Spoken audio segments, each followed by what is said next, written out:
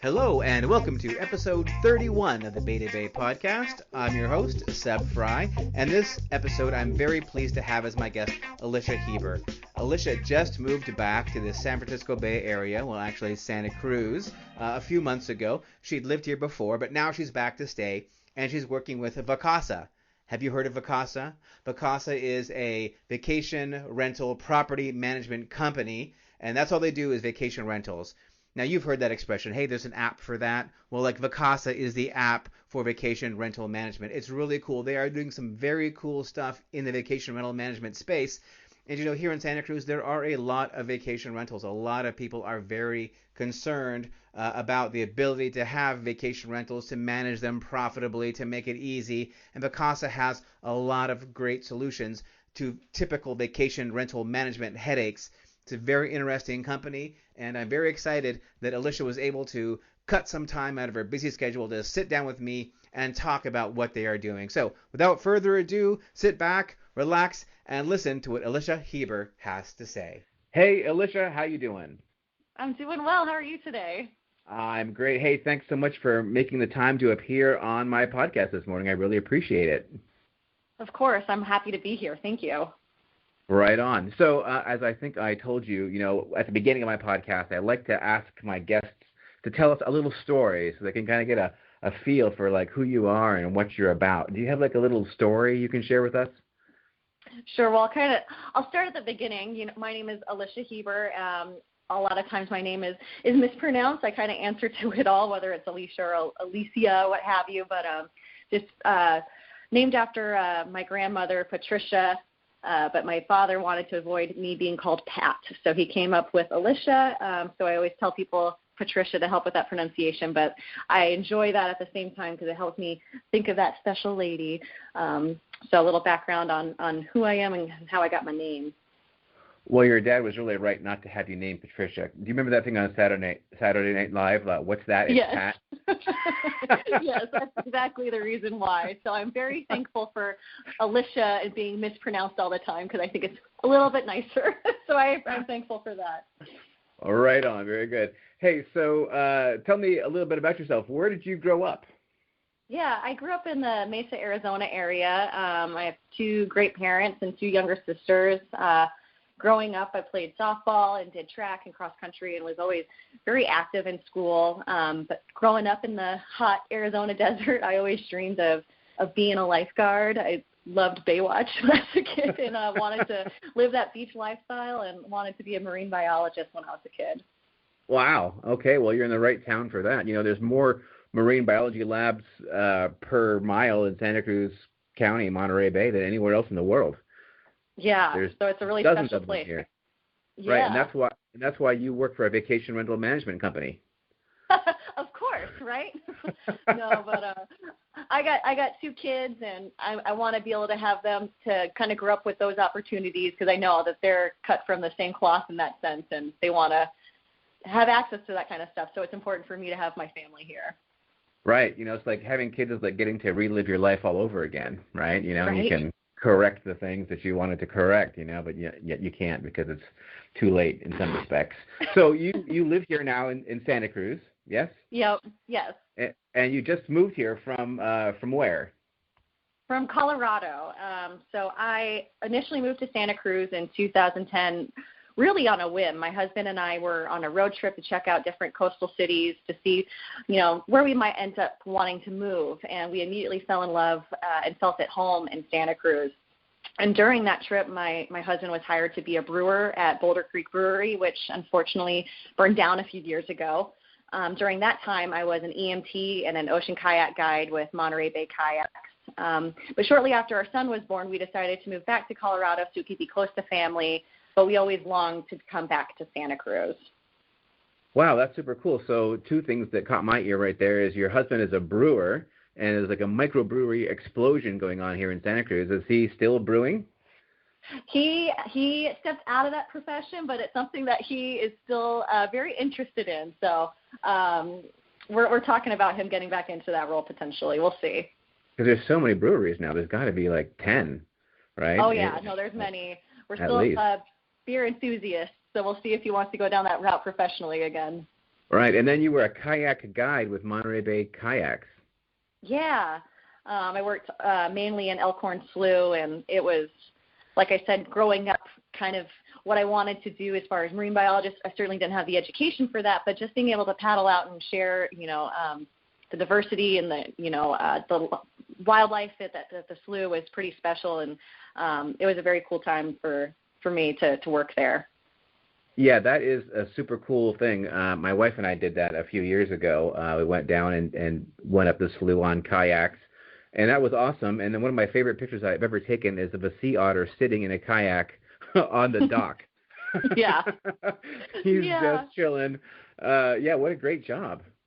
Yeah, it was really cool. So we try to go kayaking when we can as a family, too. I used to be a raft guide in Colorado, so being on the water is something that's really important to us.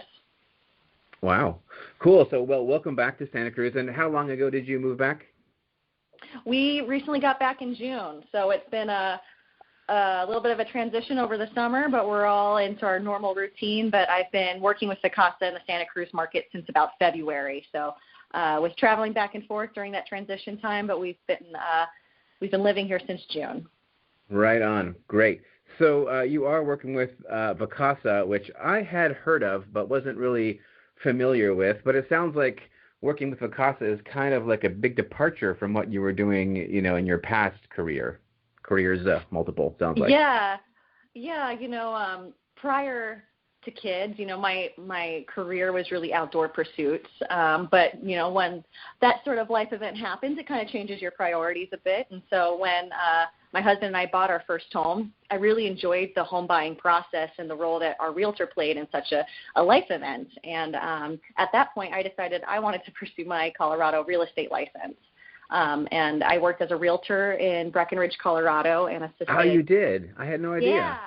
Yeah. So that's really kind of how I segued from that. So I worked as a realtor in Breckenridge and assisted several buyers who were looking for their dream ski home and vacation rental, and revenue was always an important factor in selecting the right home for them. So even before stepping into my role with Vacasa, I was well versed in the options and concerns that homeowners have when selecting an investment property and a property manager. Right. So Breckenridge, I've never been to Breckenridge. I've been to Colorado a number of times. Well, I guess 3 or 4 anyway, but never to Breckenridge, which is, I gather, a very big vacation market. So a lot of people who buy homes in Breckenridge and other ski communities, I imagine all throughout Colorado, are interested in having their homes be vacation rentals when they're not using them. Is that sort of typical? Yeah, no, absolutely. That market, the majority of the properties are second homes. And so really every buyer I worked with needed to know the potential rental revenue and what the companies were the best to work with.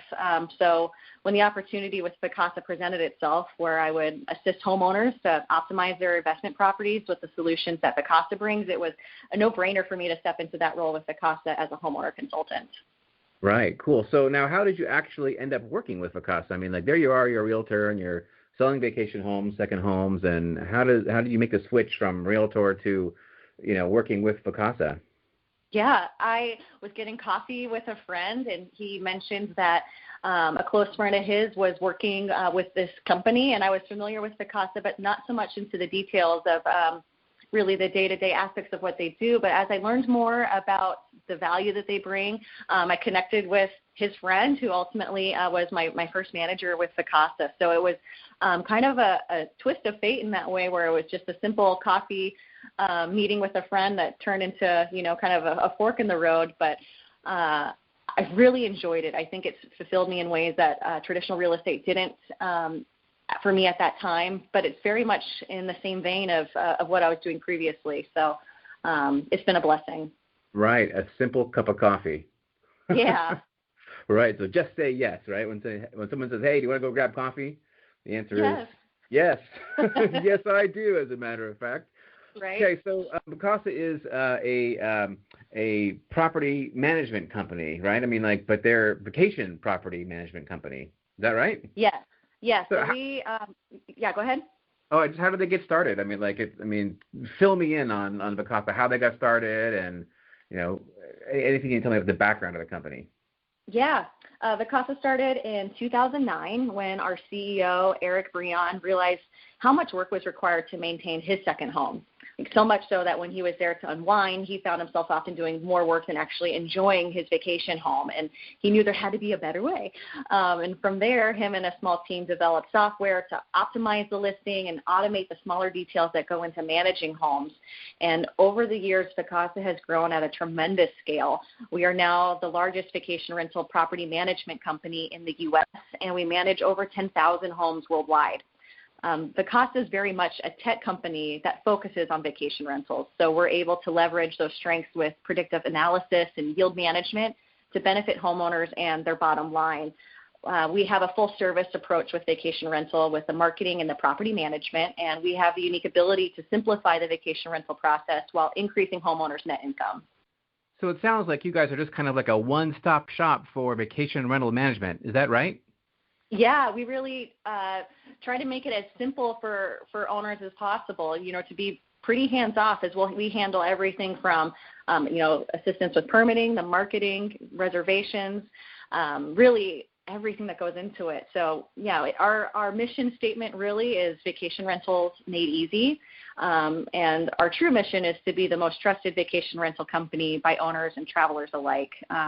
With our data on the best markets to purchase vacation homes, connecting buyers with high integrity and knowledgeable realtors in the markets that they're seeking. We also have an interior design program to help owners have the most aesthetically pleasing home to maximize their rental revenue. So our goal is to truly be a one-stop shop and to be the leading resource on vacation rentals worldwide. Well, I love your mission statement, vacation rentals made easy, right? Yeah, I think a lot of people, you anticipate it to be something that's fairly easy that one can do on their own, and you certainly can. But to run a successful vacation rental, it takes a lot of work, and a single owner has to wear many hats, and oftentimes they're not necessarily the best person for that when it comes to running it to full efficiency and maximizing the rental revenue. So having people who are the experts in that space simplifies it for the owners and makes it easier for guests too. Wow, I'm blown away. I can't get off your mission statement right here. I want to change my mission statement. Home sales made easy. I mean, that's in a nutshell. I think any company should be like made easy, right? There you go. Yeah. That's very appealing. I mean, people have so much going on these days, right? There's so much to do, right? You don't want to have to worry about all this stuff. You just want to enjoy, your property. You don't want to have headaches that go along with maintaining it, much less running like a vacation rental business with it. So how is Vacasa different from FlipKey or Airbnb or VRBO? What's your point of differentiation? Yeah, so we actually do have partnerships with those sites as we list all the homes we manage on their websites along with Vacasa.com. So by maximizing the visibility of the homes that partner with us and all the major websites, we help guests find the perfect home for every stay and driving unbeatable revenue for the homeowners. And so those other websites are certainly partners, but we do take it a step further from just being a listing site as we do handle the operations and the day-to-day tasks to maintain the homes as well. So that's the big difference really, is that these sites are really, they specialize in just listing the property for sale and collecting money, I guess, right? And ratings and reviews of the property, right? But they don't actually handle any of the grunt work, really.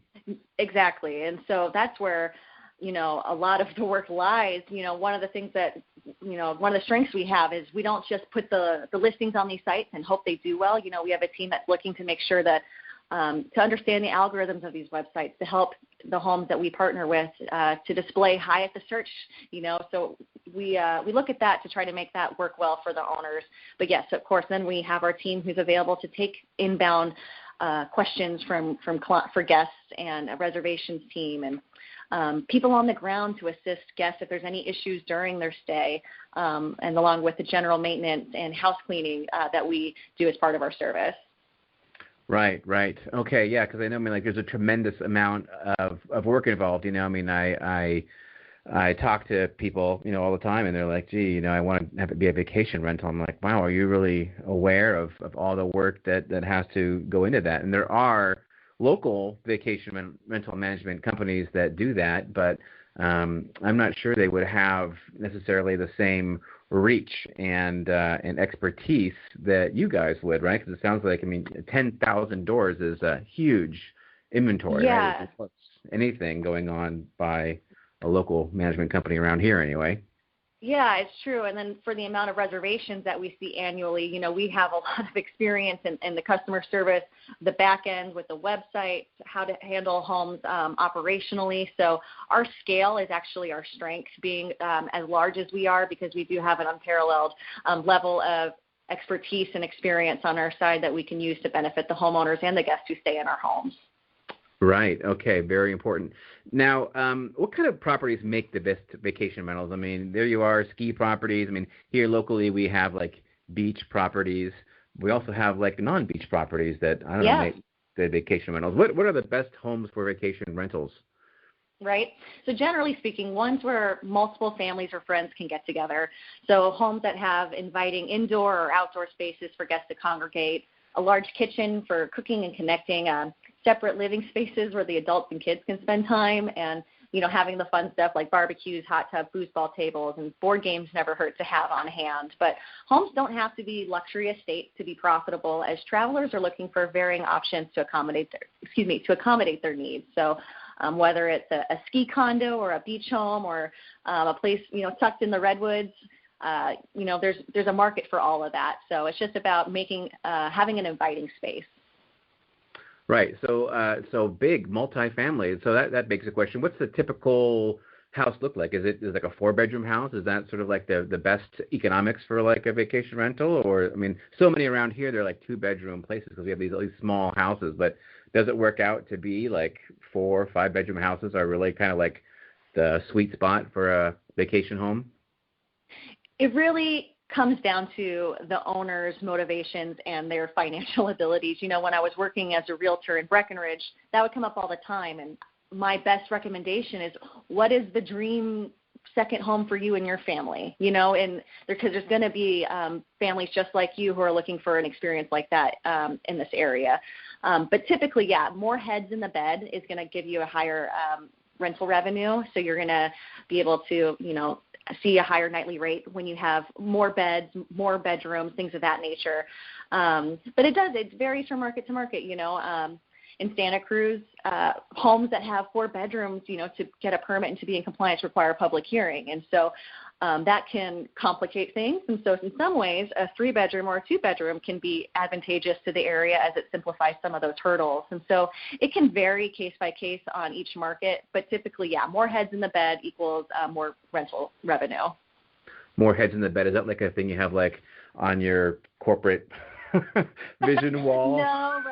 No, but it's something that I think is pretty a common lingo in the spaces. Yeah, just the more people you can accommodate, obviously, the more revenue you can get. So it's a fun way of saying it. Yeah. Right, it is. But the other thing I heard you say was that really it's like, you know, buy the house that works for you, right? The house that you're going to love, and that's going to be something that other people are probably going to want to love too, right? Exactly. So, yeah. Sounds like so for like people who are really investment minded, who want to find the best place to find a vacation rental, we can certainly provide resources for that. You know, when people who are strictly numbers and not really looking to use it as a second home in that traditional sense. But for the majority of the owners that I work with, they bought these homes either, you know, as second home vacation homes for themselves, or perhaps these have been second homes that have been passed down through the family over time. And so, you know, providing a high level of service to these homes is almost more important than rental revenue for a lot of people too. So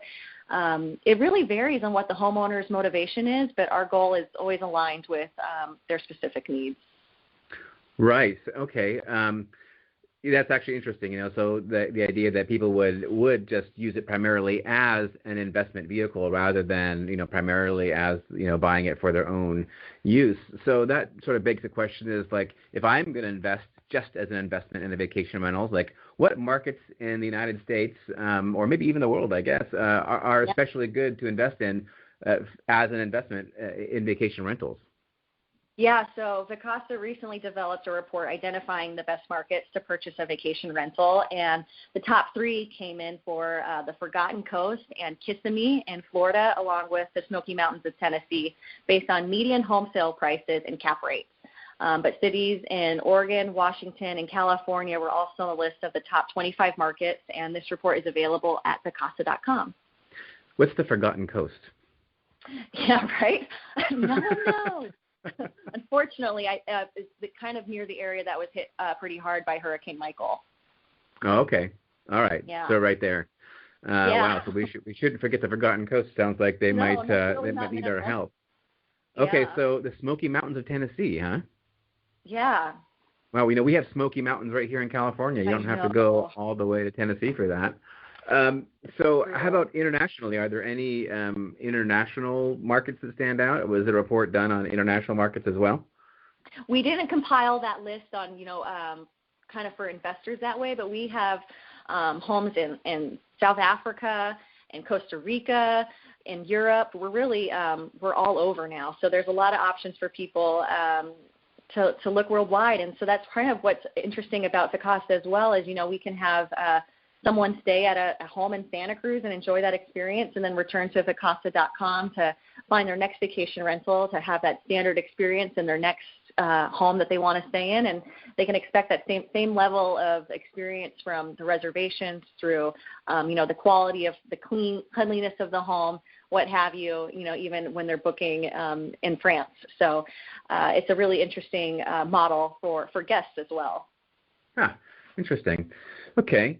So how about here in the Bay Area, right? I mean, like we here in Santa Cruz, we think that we're a nice place for people to come and visit. I think the government doesn't really think so because they seem to be driving people out of vacations, vacation rentals in Santa Cruz, right? But what about in the Bay Area? Like, are there any places that stick out, like in the Bay Area, as a great place to have like a vacation rental?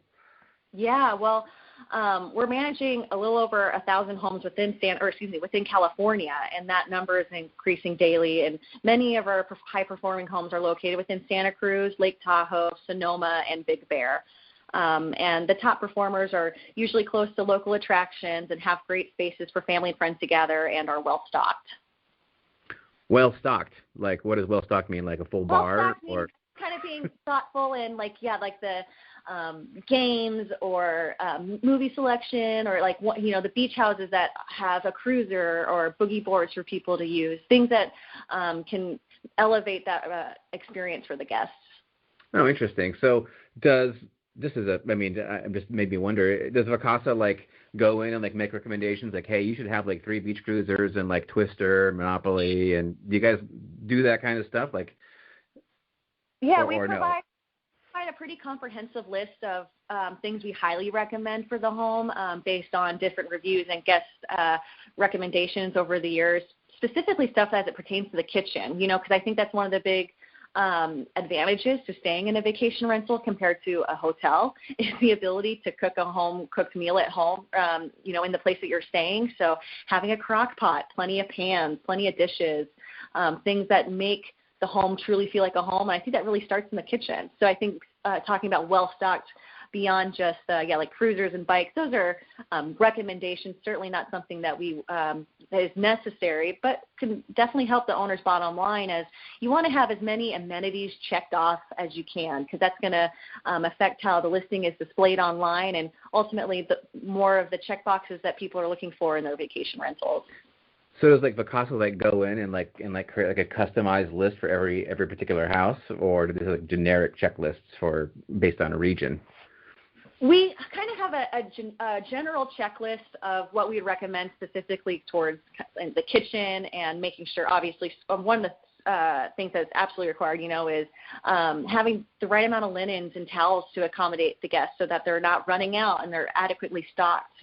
We also have a linen program that we can provide some high-quality linens at a nominal cost to the homeowners, and so it provides that kind of hotel standard experience, this crisp white linens rather than kind of musty old linens that some homeowners provide, and I think that's something that having an outside perspective can help guide homeowners to make the better choices because I think sometimes, homeowners think that, well, I enjoy my sheets, someone else will enjoy these sheets, but I think that's not always the case, as more people are looking for kind of that standard hotel experience, but in homes and condos.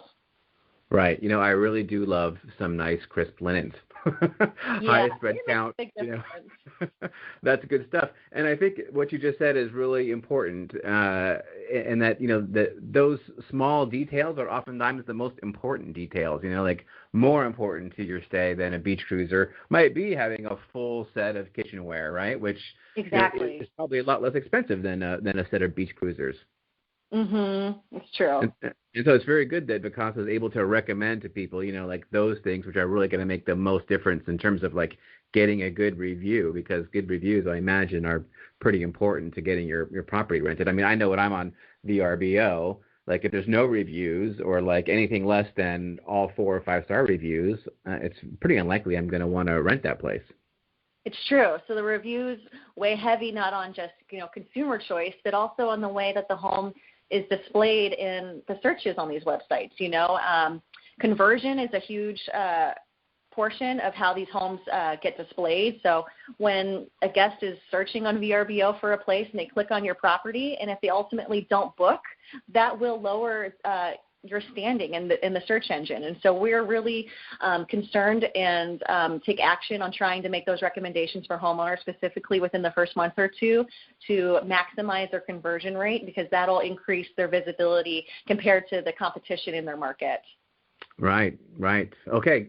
So I'm wondering, what does Vacasa cost? Like, what's it going to cost me? Because I know that local property management companies are very expensive, it seems to me. Like, that's the one caveat when I work with buyers. They're like, yeah, I want to do a vacation rental. I'm like, there's a huge overhead to running a vacation management company, to having a vacation rental if you use a vacation rental management company locally. I don't know. What does Vacasa charge? I have no idea. What do you guys, how does your fee structure work?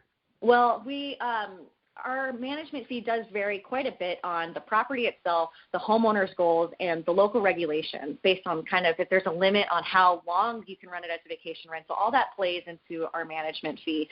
But it's really important to compare it apples to apples, because, a lot of other management companies will still charge homeowners for cleans after a guest stays in the home. And there's other various charges, if you have a light bulb that burns out, or if there's a TV remote loses batteries during a guest stay, the homeowner could be charged for the replacement of those, along with the time it took for their team member to address those items. And so with our approach to an all-inclusive marketing and property management, we help owners net the highest income possible even after our management fee. So talking with myself or one of my colleagues in their designated markets will help owners understand how we can service their unique home and set them up for success. So that's interesting. So you guys don't have like a smorgasbord or like a pick your level of service. It's like an all-inclusive, all-encompassing management service. And you guys basically handle everything for one fee, and that fee varies from property to property and region to region. But if you sign up, you're going to pay one fee every month, regardless. Is that kind of how it works, or? Yeah, and it's not even a fee per se. It's a percentage of the gross rental revenue, and so there's no startup costs for the owner necessarily beyond getting the proper permits if necessary and making sure the home is adequately stocked. But there's no fees that we charge to be a part of our portfolio in that sense. So, I was on the Vacasa website and I was looking around, and I see that there's like a guarantee for homeowners that they'll make more money renting their property with Vacasa than if they do it on their own or through another property management company, even considering that you have this fee. So how does that work? How does that guarantee work? Yeah, so if you have been renting your home through another property management company, we will guarantee a net increase of $5,000 in your first year with Vacasa. And for those who have been self-managing, we'll guarantee that they'll make at least as much as they did prior with us, even after our management fee. So in either case, if we didn't deliver, we will refund the difference up to the full amount of our management fee. But, of course, our goals are aligned with the owners. Our mission is to help them earn the highest net income possible and to exceed their expectations in revenue and the professional care that we provide to their home. Yeah, that's great. Actually, I love that. And the reason why I love that is because it goes to, like, the sort of the heart of my own value proposition as a realtor, and that is do you add value or do you subtract value, right? You know, and I think that a lot of people start with the idea that Vacasa or any management company is going to be subtracting value, but the reality is that companies like Vacasa and real estate brokers like myself wouldn't exist if we didn't add value. I mean, like, realtors have been around for 100 years or more, right? You know, like, we were just a scam for 100 years. And we just took value, we probably wouldn't have existed that long. And that's why I think that it's you know, people need to open up to the possibility that, you know, working with a company like Vacasa, who may charge, you know, I mean, I have no idea what the actual charge is, and it sounds like it varies from house to house and market to market, that you guys actually do provide more value than your cost. We certainly do, and a lot of it is, you know, on the tech side of things. We have rate optimization, so a very sophisticated pricing strategy. So rates can fluctuate even a couple times daily based on how people are booking in the area, different events that could be taking place along with weather.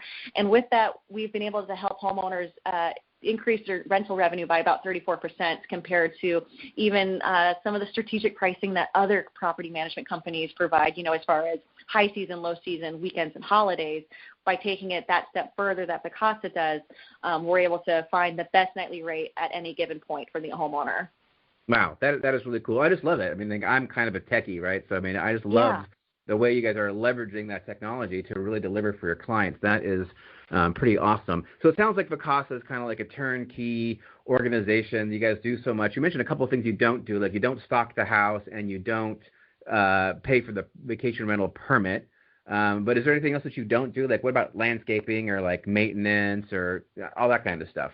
Yeah, well, quickly on the permit item, you know, we will assist with filing the permit, so making sure that all the adequate paperwork is submitted and following that process. So we can certainly facilitate with that initial thing, because that can be one more thing on a homeowner's plate that they might not want to pursue when considering this. So we try to make that process as simple as possible. But with, as far as operations and the day-to-day tasks of maintaining the home, you know, our team does, you know, maintain the entryways, the decks, providing, you know, making sure the leaves aren't there, just to elevate that guest experience so that there's no negative reviews on the cleanliness of the decks and the driveways. But we do general maintenance of the home. So if a light bulb needs to be replaced, or if propane tanks for the barbecue or the gas fireplace outside, you know, we do those refills at no charge to the owner. So really things that are kind of minor in scope, that were, you know, typically that are under an hour of someone's time, and that don't require a specialist, we can handle on behalf of the homeowner. So we try to simplify everything as we can for the homeowners as far as the maintenance goes there. So yeah, homeowners are still responsible for, you know, the landscaping of their home, especially if they have, you know, quite a bit of land to maintain. Like I mentioned, we'll do the driveways and things of that nature, but the homeowner's main responsibility is paying the property taxes, paying their mortgage, and keeping the lights on with utilities. And then as far as everything that goes into running the vacation rental, that's on us. So let's say I have a property in Breckenridge and I live in Santa Cruz, and then you guys tell me, hey, the place doesn't look great, it needs paint. Do you guys like find a painter and like get bids and all that, or is that you guys do that? Then the owner has to pay for that, but you guys will assist with, you know, finding providers for that kind of stuff? Exactly. So, you know, we want the homeowner to be the decision maker in those sort of things, because like I mentioned, our approach is to be all-inclusive and to minimize nickel and dime charges, so the homeowner can really anticipate the revenue they're going to get based off the reservations on the books, you know. And so if there's any unforeseen events, such as, you know, if something needs to be replaced, or, you know, if we recommend that, hey, I think you need new paint to, you know, make your place shine a little bit better in that way, and you know, we can present some options to the homeowners, and they still get to choose their provider that they want. Or if they want us to really kind of take lead on that, you know, we can coordinate getting bids on it and scheduling contractors for those things. So once again, it's really up to how involved the homeowner wants to be in those things. We want to make it as easy as we can for them. So if they want to be involved in picking the right person, if they have a connection in the community that they want to work with, we can certainly help with that, or we can schedule it for them if that's easier for their calendar and their schedule. All right, that is fantastic, because I'm sure that a lot of out-of-area homeowners would really like to have somebody they can, rely on to handle that for them. So, I have a real estate listing right now. It's a block and a half from Seabright Beach. It's lovely, and it's in the city of Santa Cruz, and a lot of people like the property. And one of the big questions I get is, can you do a vacation rental? And I'm sad to inform them that you cannot do a vacation rental without a permit. And there's only 400 permits, and they're all sold out. So no, you can't do a vacation permit. That really cramps down on the market for the property, right? I mean, there's not that many people who want to buy a house to live in year round right there. I mean, a lot of people would, but not necessarily for as much money as they would otherwise if it could be rented as a vacation rental. So why do you think that so many municipalities are cracking down on vacation rentals? I mean, like, from everything that I read, vacation rentals bring in lots of money into communities. So why do you think so many municipalities are, like, making vacation rentals like the bad guy? In my opinion, I think there are a lot of other factors that come into the concerns over housing markets. And the way people vacation is changing, with more and more people seeking to live like a local rather than staying in hotels. And so with your specific listing, it is unfortunate, because I'm pretty sure that the current owners, along with any potential buyers, wouldn't purchase that home to be used as a long-term housing option. It's just not even in the realm of possibility that a home in that area at that price point is going to be really offered as a year-round option for renters. So I don't believe it affects the long-term housing market, as most of these homes, like I mentioned, just aren't meant for that purpose. And so I think it does a disservice to homeowners, and as far as, being able to fully exercise their rights with their property. But at the same time, I understand the concern of kind of maintaining, local charm and community, a sense of community within the neighborhoods. And so we just try to be good stewards in our space. We recognize that the neighbors in the community could very well be potential clients of ours in the future, or guests. So we do our best to operate, as with best practices as we can within the communities that we operate. But of course, compliance is key. So we try to show that, we follow by the books and can be kind of an enforcing arm of these municipalities, because we're going to play by the books, even though some other people who might be self-managing, who are operating without a permit, may be flying under the radar. We're going to do it right. Right. But I'm still wondering why they're cracking down. I mean, like, it seems so wrong-headed, because, like, most of these neighborhoods, they've been not used as, permanent year-round homes for decades. Right. Yeah. And I think, I mean, what we have now is we have greater visibility into what's happening because of VRBO and Airbnb and Vacasa and the Flip Key. I mean, it's easier to see what's being rented and what's being available. But most of these houses, most of these neighborhoods, I used to live on Coates Drive in Aptos, and when I was living there like 30 years ago, every other house had a vacation rental sign on it, right? I mean, like, very few homes were lived in year-round. Like, in the wintertime, it was a no man's land. I mean, it was just empty, right? I mean, it was wonderful. So why do you think that these municipalities are cracking down on vacation rentals in areas that have always been, or pretty much heavily used by vacationers? Yeah, as I just spoke on the point of, like, these not even being long-term inventory options, I think it's a reaction to just the changes that are happening. Like you said, there's more visibility in it. And then I think they want to make sure people are doing it right, that they're not just opening up their door and not providing a safe or good experience for the public, along with how it can, affect the neighbors in the community as well, And so I think working with a company like Vacasa certainly helps alleviate some of that, because our goal is to, being the largest vacation rental management company, we have a lot of eyes on us. And so we take that with a great responsibility of showing that vacation rentals can be done well in a way that benefits the homeowners and the community, as it brings in, more people to enjoy the area. And a lot of, the homes that we manage are in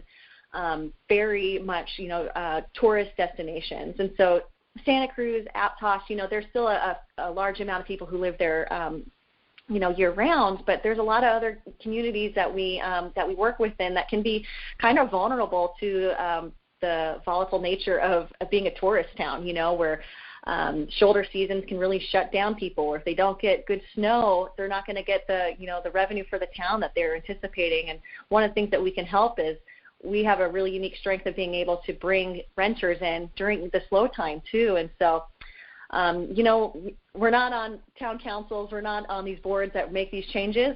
Some of our colleagues are involved in, Chamber of Commerce and trying to get involved locally, and I'm going to take the steps I can to, show that we take our presence in the community seriously and do what we can. But the best we can do is just be good stewards of the industry and represent Vacasa and vacation rentals the best we can. You are so kind, because I would say that, that these governments are using vacation rentals and vacation rental management companies and vacation rental owners as sort of like scapegoats or punching bags for their own failure to act in providing adequate housing for the community, right? I mean, that's what it all boils down to, because vacation rentals, like here in Santa Cruz, they make up like way less than 1% of housing stock. Right, so how are they the problem, right? And then you have to look at the benefits that they bring. I mean, I want the California Coastal Commission to come in and look, because basically the city governments and the county government are like restricting the public's access to these coastal areas by cracking down on vacation rentals. They're not letting as many people enjoy the areas in the way in a sensible, environmentally friendly way, as they could. So I understand you're not going to be up in arms about it, but I'm up in arms about it. I think it's terrible that they're making scapegoats out of the vacation rental industry, and I think it's just horrible. That's my 2 cents as a realtor. Which let me ask you that. I mean, let me ask you this. How do vacation rentals benefit communities? Because I feel that they do. How do you guys think that vacation rentals help the ecosystem of a community? Yeah, well, kind of speaking to Santa Cruz, and I'm sorry, I don't think there's very many lovely hotel options to recommend to people. I had family in town recently, and, they had said, where should we stay? And I'm just like, there's there's not very many hotels that people, at least in this area, I think are that appealing. That's my personal opinion. Not for families. I mean, for a couple of people staying over the weekend or whatever, fine, but not for families. And a lot of these families will choose to vacation in other communities. Oh, yes, of course. I mean, having 2 young kids, I could not imagine me enjoying a vacation where we're all staying in one hotel room. It's just not where we're at. And that's just the way things are changing. Once upon a time, that was the way people used to travel. But whether cities like it or not, the way people are traveling is changing, and they want to be able to stay in homes where they can cook their kids a proper meal, where they can have rooms for the kids to enjoy and the adults to enjoy the patio. Those things have changed as far as the way people vacation. And I think by putting a lot of negativity towards vacation rental options for people is going to drive away, tourists to the area, And so I think, obviously it draws more people to the area who spend money in local restaurants and businesses in the area, which all benefits the community in that sense. But at least with Vacasa, we employ local teams on the ground in each market that we serve. And so ensuring that Vacasa homes are running in accordance with local regulations and paying taxes and securing the proper permits. And our team care deeply about the communities that we live and work in. We recently sponsored a booth at the Open Street Santa Cruz on West Cliff at the beginning of October, and trying to engage the community and be involved where we can. And when I mentioned Hurricane Michael previously, we have several homes in that area. And so when that devastation hit, our team on the ground there was assisting homeowners, both who are partnered with us and those who aren't, in the recovery and the cleanup efforts in the area, with bringing supplies and just doing what we can. And so having a resource like Vacasa in the community, I think, is really a benefit. Yeah, I agree. I'm on board. But so right? You guys mentioned that you.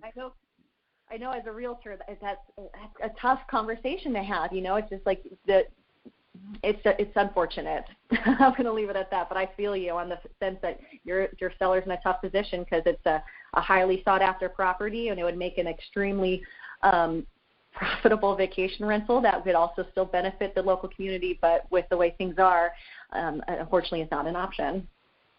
Right. So you mentioned that you were just at an event in Santa Cruz, and is that the kind of stuff you do to like increase your brand awareness? And I'm just wondering, like, how do you acquire new clients, right? I mean, like, what's that process like? I mean, how do you find folks?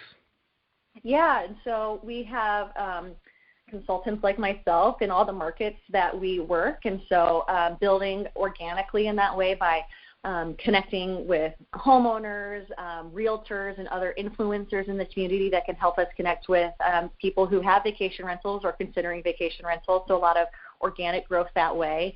Despite being the largest vacation rental management company, there is still a little bit like, oh, what is Vacasa? Who is Vacasa? So we have a story to tell, and so being on the streets in Santa Cruz and engaging with people as they're riding their bike up and down the street was really beneficial, because we also are very strong in sending out letters to homeowners. And so I'm sure a few of your listeners probably have received letters from Vacasa and myself sharing our value proposition. But when they can see us in the community and we can engage face-to-face, that makes all the difference. So we're looking forward to doing more on the ground here in Santa Cruz as well. Direct mail, huh? Yeah. Wow, I've heard of that. I've never had any luck with it myself personally. Well, not much luck anyway with it. That's a hard road to hoe. So it's not something that's happened overnight. Vacasa, you said, started in 2009, so that's like 9 years, right? So it's just a lot of work building a business. But it sounds like you guys are doing a fantastic job so far. So who do you partner with? I mean, you mentioned like Flipkey and VRBO and Airbnb. I mean, are there any other people that you partner with to help you, in your mission of, vacation rentals made easy? Yeah, so we have many partnerships that help us to be successful, but our main partners are those who help us keep heads in the bed, like I mentioned. So Airbnb, Booking.com, Expedia, et cetera, those listing websites, they all help us with that visibility to help get the rental reservations on the books for the homeowners. But we also work with some technology and operational partners like Noise Aware and Virtual Key and Point Central to help our homes run smoothly. Say those again, Virtual Key and Point Aware? Noise Aware and Point Central. And so we don't roll these out in all the homes, but we do have these in some of the homes we manage. Noise Aware is a program where you can kind of track decibel levels.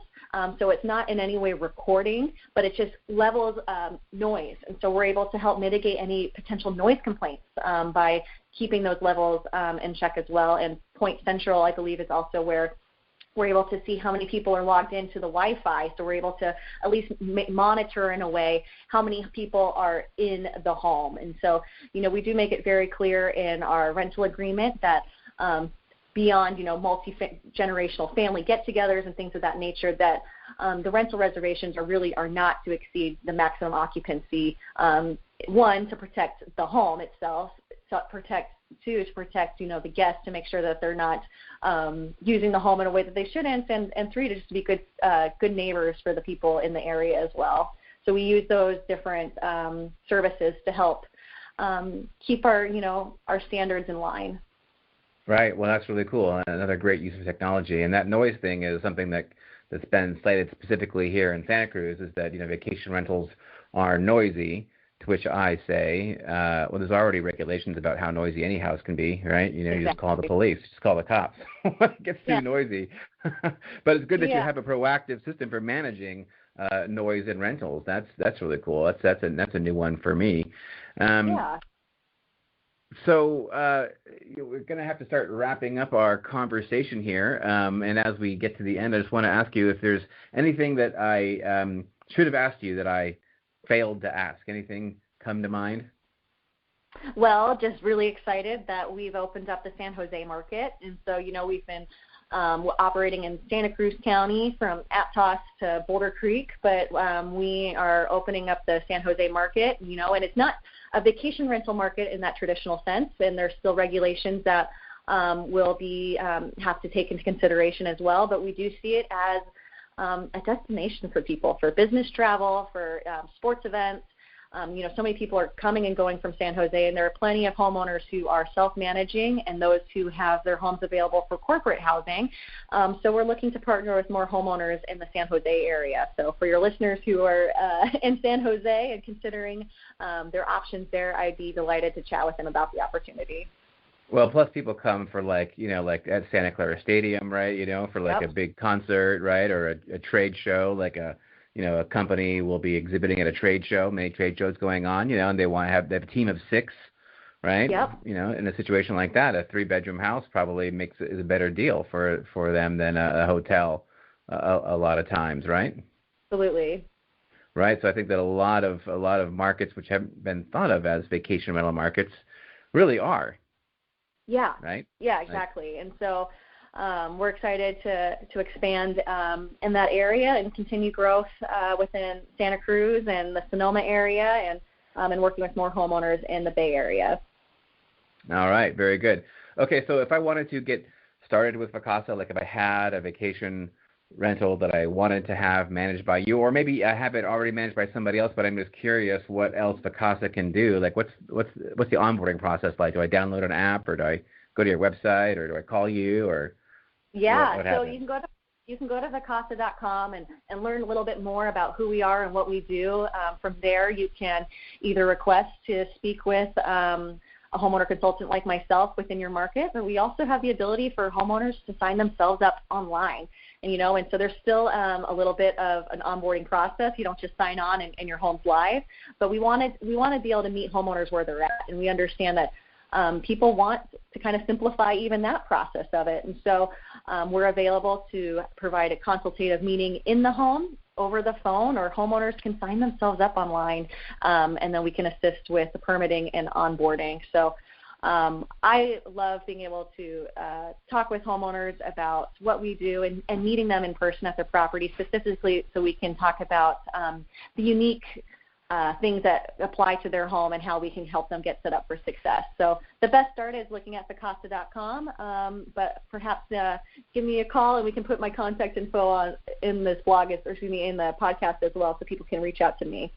In those show notes. So that's actually interesting. So if I sign up with Vacasa, I'm going to meet with a Vacasa rep at the property and go over it and talk about everything. So and you mentioned you do that. You go and meet with homeowners in their houses. So what's your personal service area? Like if I have a house in San Francisco, do I talk to you, or if I have one down in Pebble Beach, do I talk to you, or how big of an area do you actually service personally?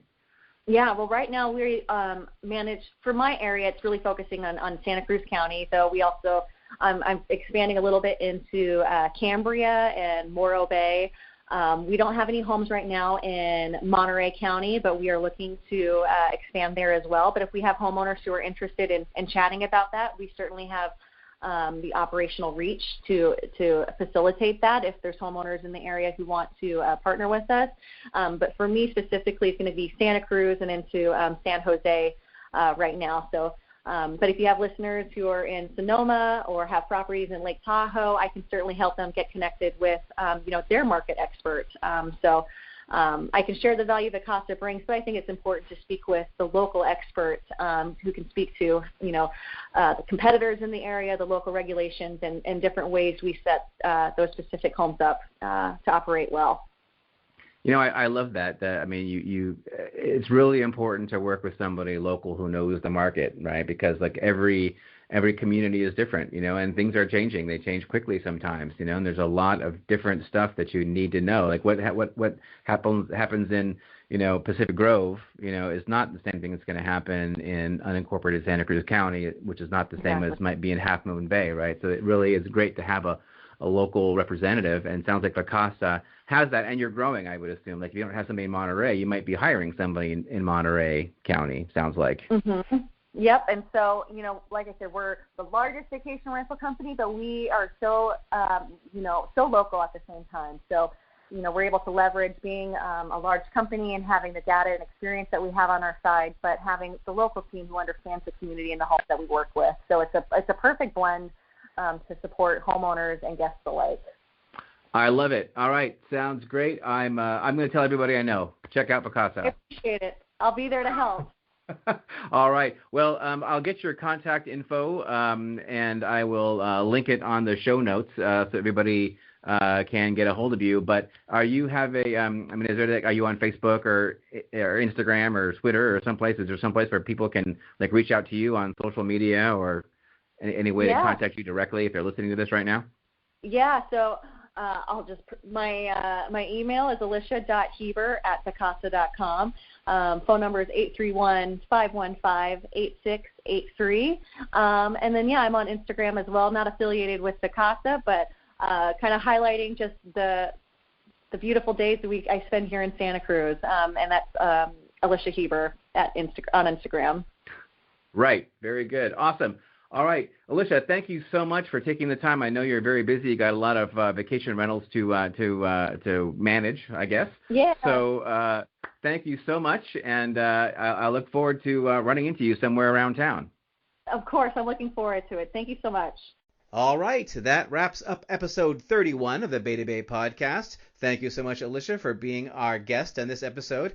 And listen, it's time to wrap up. But before I do, I have to give a word from our sponsor, which is SavvySellerSeminar.com. That's right. Go to SavvySellerSeminar.com so you can register to attend my upcoming home seller seminar this coming Thursday, January 24th at 6:30 p.m.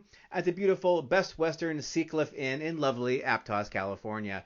I'm going to teach you everything that I know about selling your home quickly, easily, and for the very highest price possible, and have fun doing it. Well, actually, I got to say, it's not really everything I know because that would take a lot longer than an hour and a half. But I will tell you the essentials, the most important things that you need to take away before you want to put your home up on the market for sale. So go to SavvySellerSeminar.com to learn more about it and to register for the event. We're going to have some door prizes. We're going to have some late appetizers and drinks, and it's going to hopefully be a very fun evening. I'm hoping that you can make it out there. All right, that's it. Thank you so much for listening to the Beta Bay podcast, and we'll have another episode up for you real soon.